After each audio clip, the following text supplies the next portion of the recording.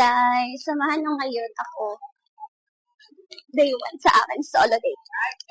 Actually, ang awkward. Nahiya na ako sa camera ngayon. Kasi ang tagal ko na hindi nag-video. And ang flappy ng face ko. Samahan nyo ko ngayon, mag-solo date tayo. Pero ang una kong gagawin, supposedly, dapat magpapaayos ako ng nails. Pero puno. So, we're going to...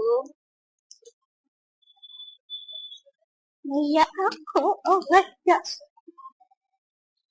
Mag-uukay tayo, guys. Nasa San Pablo kasi ako ngayon. So, maghanap tayo ng ukay sa San Pablo. And, ang daming bago ngayon. As of now, lunch time. And, iniwan ko yung sasakyan doon, nakaparada. Kasi ang hirap ng park. So, maglalakad tayo ngayon. At may bago silang ukayan. Kaya, we're going here. Let's go. Only going up, so I never want to chase like 5-star. Everything that we eat, and I can... Okay. Wala ko nahanap. Kasi naiiyak ako. Kasi daming kabataan doon. Like, they're very good in hunting ukay. And I was like, ngayon na lang ulit ako nag-ukay. Naiiyak ako. Ang kahihiya ng ate mo. Punta tayo sa kabila. Gusto ko yung medyo walang tao para pwede ako maghanap ng bongga. Iikutin natin yung buong San Pablo. Charot! Iikutin natin yung buong ukayan sa San Pablo. And walking kasi hirap mag-park dito, be. You know, diba? Walang space.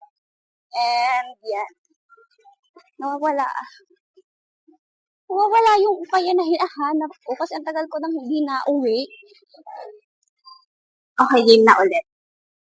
Ano ba yun? Yeah, sakto tayo. 80% tayo. Okay. So, tingin tayo dito sa baba.